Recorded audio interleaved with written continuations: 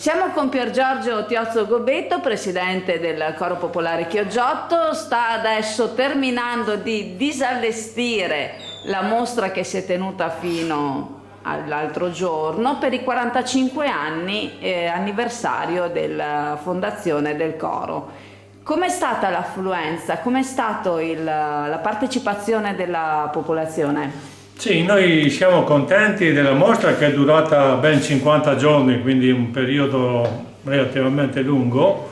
E c'è stata molta affluenza di turisti, incuriositi nel vedere attraverso il coro, nel vedere questa realtà locale. Molti chiedevano, qualcuno era anche... frequentava qualche coro da altre parti, quindi c'è stato molto interesse da parte dei turisti che hanno visto una cosa locale. Infatti abbiamo delle diverse attestazioni. Poi ci sono stati molti locali, alcuni parenti di coristi, per esempio figli, addirittura nipoti di anziani coristi che adesso non ci sono più, che quindi hanno rivisto i familiari, ma hanno rivisto un po' anche il nuovo sviluppo del coro, e alcuni chiogiotti interessati così con curiosità, insomma. Quindi l'affluenza è stata buona, non so calcolare il numero, adesso vediamo un po' con le firme di riuscire. Comunque è stata molto buona e molto attenta, siamo molto contenti di questa affluenza. Un punto di criticità rispetto alle nostre attese, che erano probabilmente un po' alte, era un po' la difficoltà dei contatti con le scuole, ma probabilmente è dovuto anche al periodo. Noi abbiamo allestito la mostra tra l'estate e l'inizio della scuola, e le scolaresche, gli insegnanti erano un po' impegnati sul fronte della programmazione, quindi non abbiamo avuto molta affluenza dal punto di vista scolastico, ma probabilmente è legata al periodo. Magari se faremo altre mostre, se ci saranno altre iniziative, speriamo in una maggiore attenzione da parte del mondo scolastico, insomma. Ciò non toglie che se le scuole avessero voglia di conoscere il coro ci si può sempre sentire ed avere contatti extra mostra. Ci sono io, c'è soprattutto il maestro Loris Tiosso, che è disponibile di illustrare nella nostra sede, in qualche modo di far sentire alcuni canti e di illustrare. Quindi penso che un incontro col maestro soprattutto sia molto interessante, perché è un'esperienza di 50 anni di frequenza musicale, di canti di chioggia. È un patrimonio estremamente importante, quindi un contatto con lui penso che sia molto utile.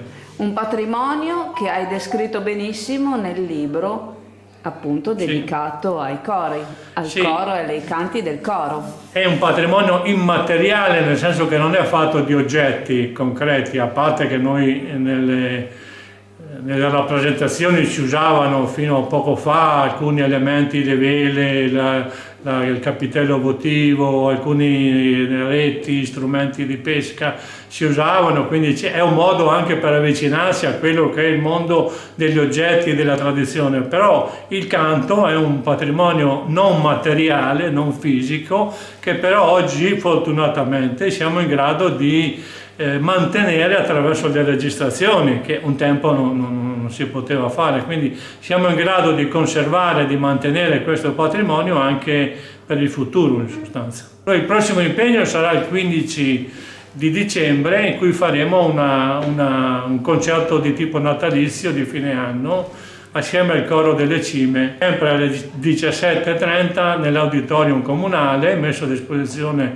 dell'amministrazione comunale. E faremo questo concerto natalizio per scambiare un po' gli auguri di Natale. Coro delle Cime per quei canti di montagna tendenzialmente? No, ma loro canteranno sempre canti legati un po' al mondo natalizio. Ha un'impostazione di montagna. Sì. A parte il coro Chioggiotto, che è tipico, da questo punto di vista è unico nel panorama, come dire, veneto sicuramente, ma anche più in là, che ha dei canti lagunari e pescherecci specifici. Gli altri cori sono cori, quasi il 90% sono cori di montagna, che cantano canti di montagna, che hanno un'intonazione un po' diversa, un melismo un po' diverso, quindi... Per cui Chioggia si distingue anche nel coro? Sicuramente a Chioggia c'è una tradizione di canti che caratterizza la nostra città e gli studiosi anche veneziani dell'Ottocento e del Novecento hanno anche documentato questo. Buongiorno, sono Roberto Pincerato, presidente di IODA, il tuo consulente assicurativo. Siamo presenti in Mirano, Chioggia, Orbassano, Torino. Visita il nostro sito www.iodabroker.it.